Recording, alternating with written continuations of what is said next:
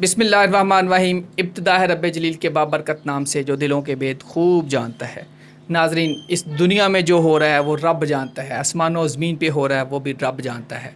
मैं मोहम्मद उसामा अली साहब के पास मौजूद हूँ। मोहम्मद उसामा अली साहब अपनी कैलकुलेशन देते हैं। कैलकुलेशन ठीक भी हो सकती है, गलत भी हो सकती है। गैब का इलम नहीं है एस्ट्रोलॉजी, ये कैलकुलेशन का इलम है, ये साइंस है। साइंस आपके दिमाग की इख्तरा होती है, आपकी कैलकुलेशन होती है, दिमाग से आप जो कैलकुलेट करते हैं। गलत सही होना ये तो सारा जो रब चाहे गलत को सही और सही को गलत कर देगा। मैं बात करूंगा मोहम्मद उसामा अली साहब से। इमरान खान केपी में, कहा जाए तो केपी में जो मुहिम शुरू हुई है वहाँ बहुत ज़्यादा दोबारा से जन्म ले लिया। चाहे झंडा लहराओ मुहिम है, ये जायचों में क्या नज़र आ रहा है? अस्सलाम वालेकुम सर। वालेकुम अस्सलाम। सर, मैं दोस्तों के आज क्वेश्चन लूँगा और ख़ास तौर पे दोस्त पूछते हैं कि नामों के बारे में भी बताएं। आप नामों के बारे में बताइए। और असल जो बात है कि अभी पहला मेरा क्वेश्चन यही कि इमरान खान साहब की जो मुहिम है, झंडे लग रहे हैं, केपी में मुहिम एक दोबारा से रिवाइव कर रही है, ये जायचों में क्या नज़र आ रहा है आपको? देखें, जो आपको याद होगा कि जो खान साहब से मैं इन सारी चीज़ों को ले रहा हूँ क्योंकि ये पार्टी हेड वो हैं, तो उनके असरात ही आगे पार्टी पे आते हैं।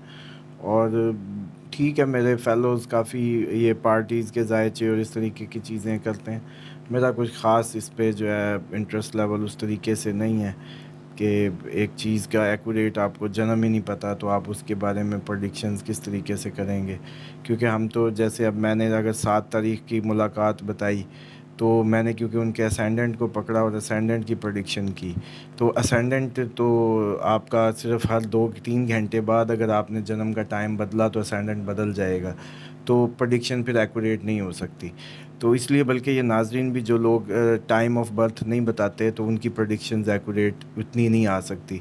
कोशिश किया करें आप लोग अपने कम अज़ कम रफली के जी 7 से 8 के दरमियान या 9-10 के दरमियान या इस तरह से कोई टाइम भेजा करें ताकि प्रेडिक्शंस आपकी जो कैलकुलेशंस हैं वो ज़्यादा एक्यूरेट आएंगी, फिर ही आपको फ़ायदा है। वरना देखें, एक अंदाज़े या चीज़ें तो आप ख़ुद अपने हिसाब से तो अपनी ज़िंदगी का ज़्यादा अच्छा हिसाब लगा सकते हैं। बाकी रहेगी बात केपी की या उसकी जो खान साहब की, जो आपको बताया था कि नाअहली कोर्ट के ज़रिए कोई पनिशमेंट सितारों में नहीं है। इसी तरीके से जो पीटीआई इलेक्शन में भी है, इलेक्शन में है पीटीआई? जी पीटीआई इलेक्शन में भी है, पीटीआई पे कोई पाबंदी भी नहीं है। इस तरह की जो भी चीज़ें हैं ये पुरानी। पीटीआई इलेक्शन में है, इमरान खान है? हाँ जी, ये दोनों का मतलब इमरान खान की जहाँ तक बात है कि खान साहब की तो जो अब जुलाई है, आपको पता है कि मैं तो 1 महीने से ज़्यादा जो है ना दिमाग पे ज़ोर ही नहीं डालता अपने भी कि आपको अगली की अगली पे ले जाऊँ। इसी वजह से जो प्रेडिक्शंस हैं माशाल्लाह वो ज़्यादा एक्यूरेट होती हैं और उनमें जैसे कहते हैं ना कि इवन के अब तक की जो भी मई जून सारी चली हैं वो बड़ी एक्यूरेट थी, क्योंकि मैं इससे ज़्यादा जो है उसको देखता ही नहीं हूँ, तो ज़रा आपका फ़ोकस बेहतर हो जाता है। तो उसमें वैसे ये है कि पीटीआई इलेक्शन में भी होगी, खान साहब को कोर्ट की तरफ से कोई पनिशमेंट भी इंशाल्लाह नहीं होगी। जुलाई की अगर बात करें, इलेक्शन इस साल हैं और जो खान साहब की पजीराई है या वो है उसमें कोई कमी आती नज़र नहीं आ रही। अगर फेयर एंड फेयर इलेक्शन होते हैं तो खान साहब एक बिग मेजॉरिटी लेंगे, लेकिन अगर जो इस टाइम की कंडीशंस दिखाई जा रही हैं उसमें तो लग रहा है जैसे पीटीआई ख़त्म हो गई। हालांकि ये इमेज या ये तासुर इंतहाई गलत है। ये 10-15-20 लोगों की वजह से पूरा पंजाब नहीं था। और इसी तरह जैसे अब आप केपी की बात कर रहे हैं तो केपी के तो वो 10 सालों से रूल कर रहे थे, तो जिन्होंने एक दफ़ा वो गवर्नेंस देखी है जो उन्होंने केपी में दी है तो डेफ़िनेटली वो लोग उनको दोबारा लाने की कोशिश करेंगे। और और इसी सर, तरीके बारी अक्सरियत से आपने बात की, बारी अक्सरियत से खान आएगा? देखें, उसमें डेफ़िनेटली अगर ये जितनी कोशिश कर रहे हैं, डिले क्यों कर रहे हैं, ये इलेक्शन से भागने की वजूहात कोई इनकी मुल्क की मोहब्बत नहीं है। ये इतने मुहिब वतन होते तो ये सारी जो इस टाइम का हाल है जो हमारा 70 सालों में हुआ है ये नहीं होना था। लेकिन इनको हमेशा अपने ही इक़्तिदार और अपनी एक दूसरे की ये एक जैसे इनके लिए फ़न क्लब बन गया है कि हमने इक़्तिदार में ही रहना है। जैसे फ़ज़लुर रहमान साहब ने वो घर ही कभी नहीं छोड़ा था जो इस्लामाबाद में उनको कश्मीर बिल्कुल सही है, वो बिल्कुल सही है इसमें। तो वो होता ही है कि ये लोग जो है आदी हो चुके होते हैं उन्हीं क्लब्स के, उन्हीं आसाइशों के, तो इनके लिए तो वो ज़िंदगी का, जैसे कहते हैं ना, ओढ़ना बिछोना है। इनको हमारे या अवामी मसाइल से कोई लेना देना नहीं है। बिल्कुल सही सर। ये मैं अब आपकी बात सारी आ गई है, इसमें माजरत आपको रोक रहा हूँ। असल में मैं चाह रहा हूँ कि अब जो एक अहम क्वेश्चन है, दोस्त क्वेश्चन पूछते हैं कि शादी किस डेट ऑफ बर्थ की किससे हो, या तलाक़ें क्यों होती हैं, इस पे थोड़ा गाइड करें। कुछ नंबर्स का क्या है, डेट ऑफ बर्थ का है, या शादी की डेट का क्या है?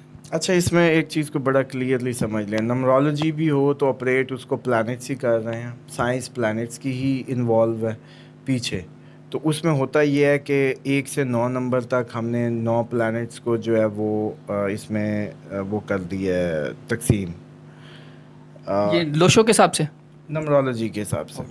नंबर जो आम नंबर, बिल्कुल 1 to 9 गिनती आ गई। इल्मुल अदाद में, उसमें सिंपल सी बात है, इस तरीके से लिया करें। इसके चार्ट गूगल पे भी पड़े हैं, ये आम सी बात है कि कुछ नंबर्स की कुछ नंबर से टकराव है, उनको प्लैनेट वाइज कर लें तब भी टकराव है। अगर आपने वैदिक एस्ट्रोलॉजी के ज़रिए देखना है तो आप देख लें कि किस साइन की किस साइन से टकराव हुआ है, तो उससे आप आम उसकी वेस्टर्न पूछें जो साइन है, अगर टकराव हुआ है तो शादी ना करें।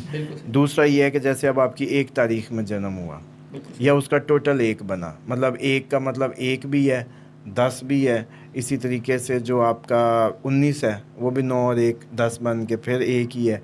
इसी तरह से जो भी जिसका कुल अदद का जो टोटल है वो भी 1 आए। अब इस 1 वाले की 2 लोगों से शादी नहीं होनी चाहिए, 6 और 8 जिसकी डेट ऑफ बर्थ में 1 आ जाए, यानी कि टोटल यकम आ जाए 1, 10 का मतलब भी 1 है, और 19 का मतलब भी 10 बन जाएगा, 10 का मतलब फिर 1 हो जाएगा। बिल्कुल सही है, जिसमें 1 आ जाए टोटल जमा करके 1।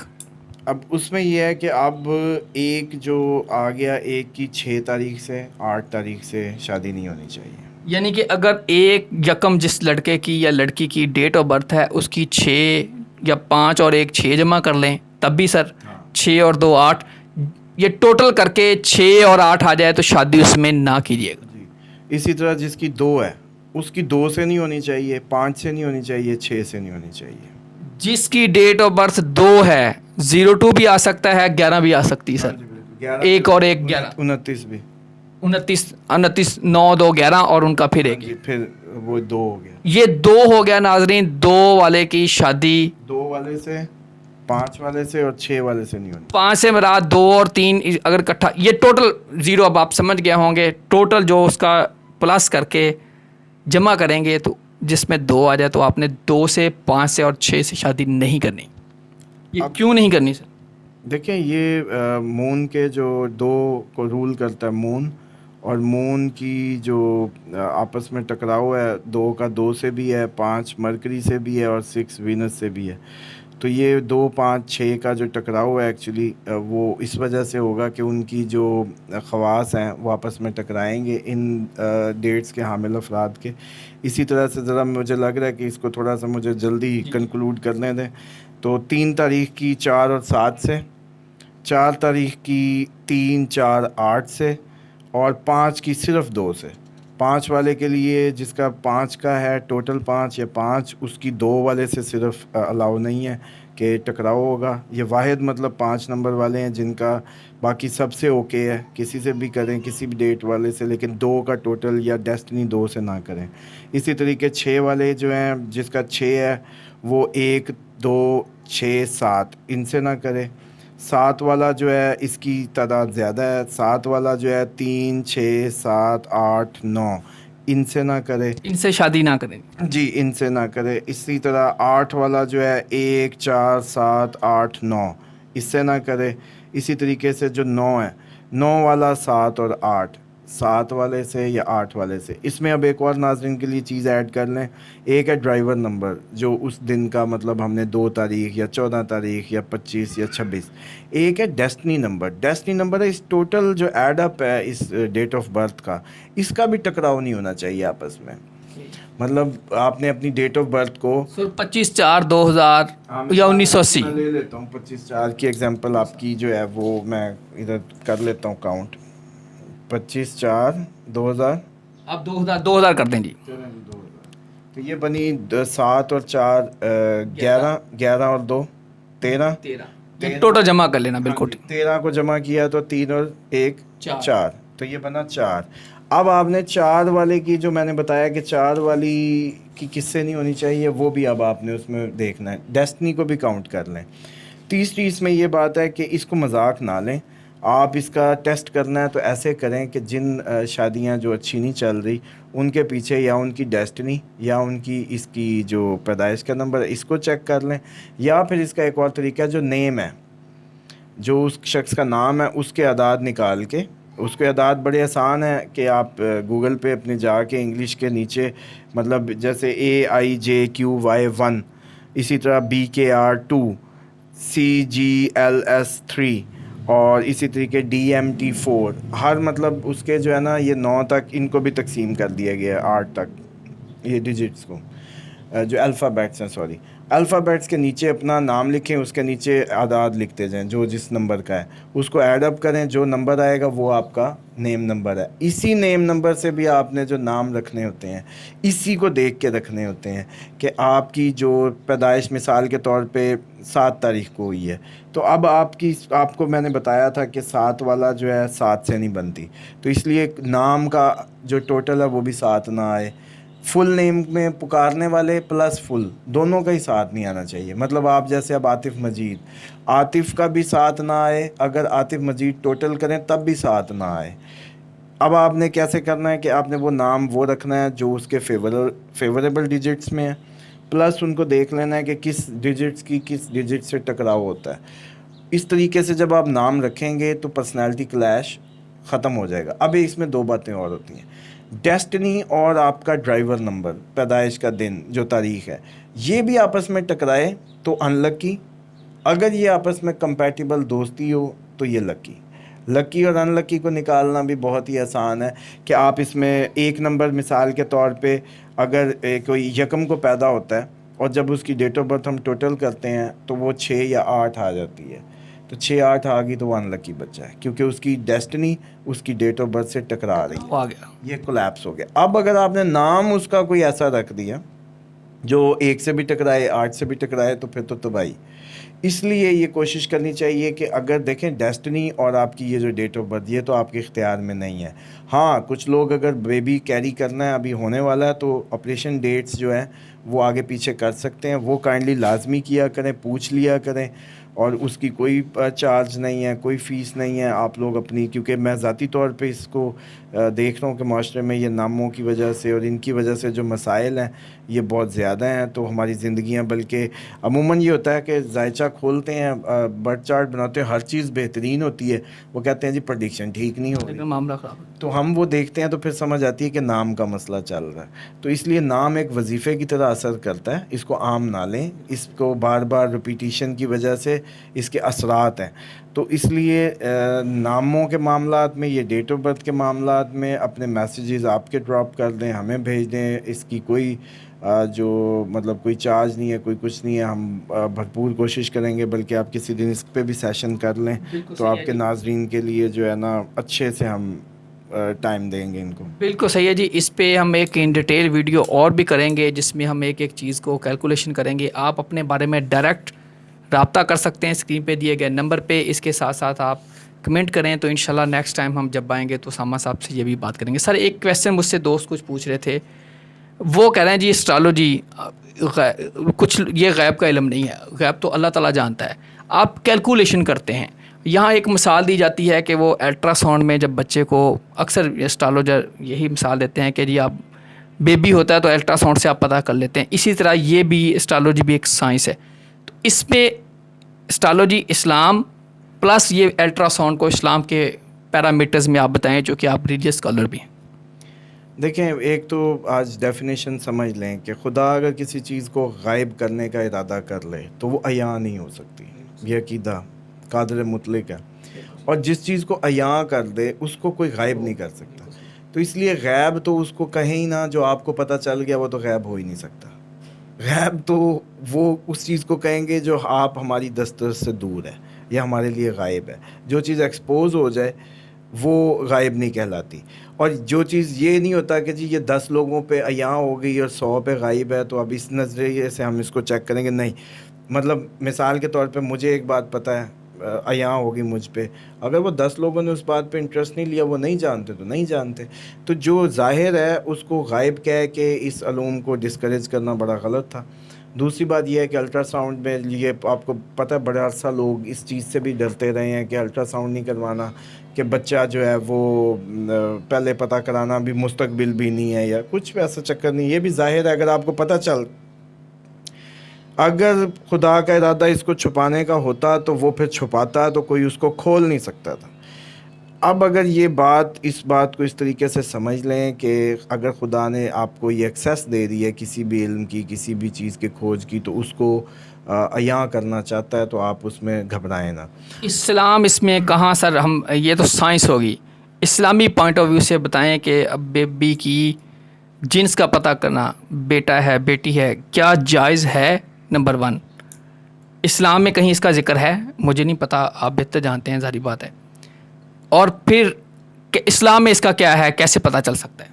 उसमें देखें, पहली बात तो ये है कि इस्लामिक तौर पे कोई भी फोरकास्ट लेना या करना, हिफ्ज़ मा तक़द्दुम के तौर पे एहतियात बरतना, वो लाइफ थ्रेट की हो, वो किसी भी चीज़ की हो, वो कोई नाजायज़ नहीं है। और ये नहीं हो सकता कि खुदा ने आपके हाथ बांध के भी, आंखें भी बांध दी हैं कि अब आप खड्डे में गिरो। तो ये तो दूर अंदेशी जितनी भी आ जाए या फोरकास्ट जितनी भी अच्छा है। तीसरी बात यह है कि जो बच्चे बच्ची का पता करना, कि मैं बल्कि आज नाजरीन को आपके तवज्जुह से बता देता हूँ कि अल्ट्रासाउंड की फ़ीसिस और ये इतनी हैवी मशीनरी अगर ना होती, तब भी मुसलमानों के लिए अल्लाह ताला ने एक वे आउट दिया था। और जो अहले बैत की तालीमात में बड़ा आसान है इसका जवाब, कि अगर कोई औरत जो है अगर ऊपर से पहले तो इस बात में ये समझ लें कि जब बेटा होगा तो औरत की जो ऊपर का अपर पार्ट है वो श्रिंक होगा। क्यों?